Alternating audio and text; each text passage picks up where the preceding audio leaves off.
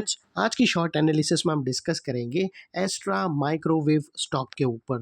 दोस्तों, ये स्टॉक अगर आप देखो तो सितंबर 2024 से करेक्शन के अंदर चल रहा है। ओवरऑल अगर आप देखो तो ये स्टॉक ने 3.5 महीने करेक्शन में बिता दिए और करेक्शन में भी दोस्तों स्टॉक ने दोनों तरह का करेक्शन दिया, प्राइस वाइज टाइम वाइज दोनों। ज़्यादातर स्टॉक ने प्राइस वाइज करेक्शन दिया, जहां पर ये स्टॉक काफ़ी हद तक डाउन साइड करेक्ट हुआ।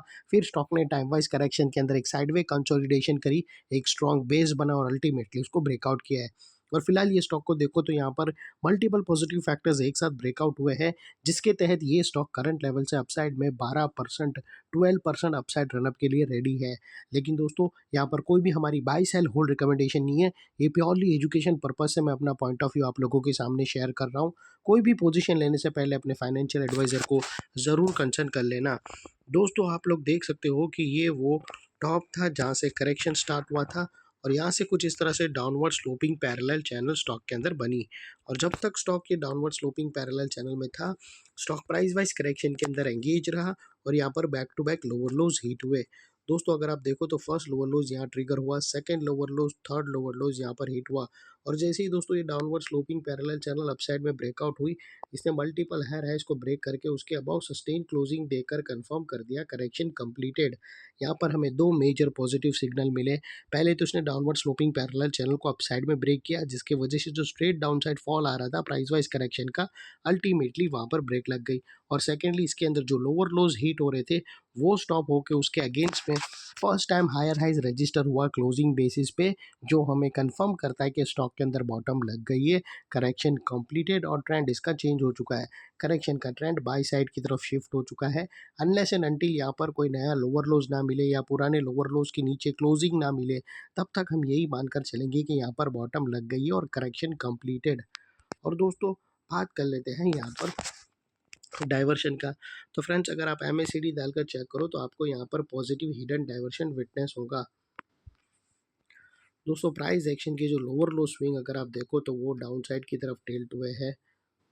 और वही दोस्तों, अगर आप MACD की ऑसिलेशन देखो तो वो फ्लैट है दोस्तों, और यहाँ से हमें ब्रेकआउट मिला है जो एक अपसाइड मोमेंटम पंप कर सकता है स्टॉक के अंदर। और अल्टीमेटली दोस्तों, बात कर लेते हैं यहाँ पर चार्ट पैटर्न की। तो फ्रेंड्स, अगर आप देखो तो यहाँ पर हमें एक ज़बरदस्त cup and handle pattern breakout होता हुआ विटनेस होता है। और दोस्तों, वो कुछ इस तरह से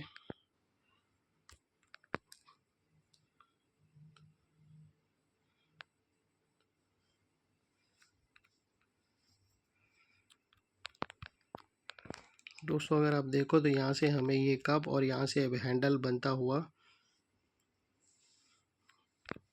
विटनेस होता है। और उसकी जो नेकलाइन निकल कर आती है वो तकरीबन दोस्तों 825 के आसपास की आती है।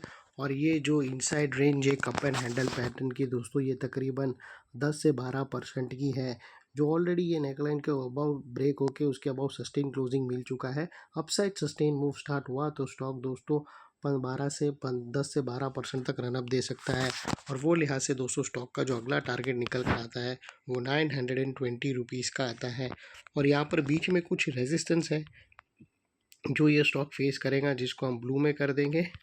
और दोस्तों, बात कर लेते हैं यहाँ पर स्टॉप लॉस की। तो यहाँ पर मल्टीपल ऑप्शन अवेलेबल है दोस्तों। जनरली मैंने आप लोगों को बहुत सारे प्रीवियस वीडियो में बताया है, मेरे पुराने सब्सक्राइबर लोगों को पता रहेगा कि जनरली दो पैटर्न ऐसे हैं जिसके स्टॉप लॉस फिक्स्ड होते हैं, अगर वो पैटर्न का स्ट्रक्चर नॉर्मली बनकर उभर आया हो तो। जैसे अगर cup head and shoulder pattern और एक cup and handle pattern. Cup and handle pattern में दोस्तों अगर हैंडल नॉर्मल बना है, उसकी साइज़ एकदम नॉर्मल है, तो हैंडल के लो के नीचे क्लोजिंग बेसिस पे भी रखा जा सकता है, या फिर अपने एडवाइज़र को पूछकर ATR की हेल्प ले सकते हो, या फिर ब्रेकआउट कैंडल के लो के नीचे, या फिर नियरेस्ट लोअर स्विंग। जो भी स्टॉप लॉस रखो दोस्तों, इतना मेक श्योर करना है कि आपका risk to reward ratio at least 1:2 या मिनिमम 1:1.5 रहना चाहिए। और फाइनली दोस्तों, नेकलाइन के पास का ये एरिया बहुत ही इंपॉर्टेंट एरिया बनकर खड़ा है, क्योंकि अगर आप देखो तो मल्टीपल पॉजिटिव फैक्टर्स यहाँ पर एक्शन में आते हुए मिले दोस्तों। यही एरिया पे हमने डाउनवर्ड स्लोपिंग पैरेलल चैनल को अपसाइड में ब्रेकआउट होते हुए देखे, लोअर लोज हमें हायर हाइज में शिफ्ट होते हुए मिले, पॉजिटिव क्लियर डाइवर्शन हमें MACD के थ्रू मिला, और यहाँ पर ही दोस्तों एक कप एंड हैंडल पैटर्न भी ब्रेकआउट होता हुआ मिला। तो वो लिहाज से दोस्तों, ये एरिया जो अभी तक एक स्ट्रॉन्ग रेजिस्टेंस था वो अल्टीमेटली स्ट्रॉन्ग सपोर्ट बनकर खड़ा है। और इतने बड़े स्ट्रॉन्ग सपोर्ट के नीचे क्लोजिंग बेसिस पे आप लोगों का स्टॉप लॉस रहना चाहिए, जो आसानी से ट्रिगर ना हो। और बाय एनी चांस अगर क्लोजिंग बेसिस पे ट्रिगर हो जाता है तो नो इफ़ नो बट सीधा स्टॉप लॉस देकर ट्रेड को वाइंड अप कर देना। ये थी हमारी शॉर्ट एंड स्वीट एनालिसिस। अच्छी लगी तो प्लीज़ चैनल को लाइक शेयर सब्सक्राइब ज़रूर करना फ्रेंड्स। Thank you. जय हिंद।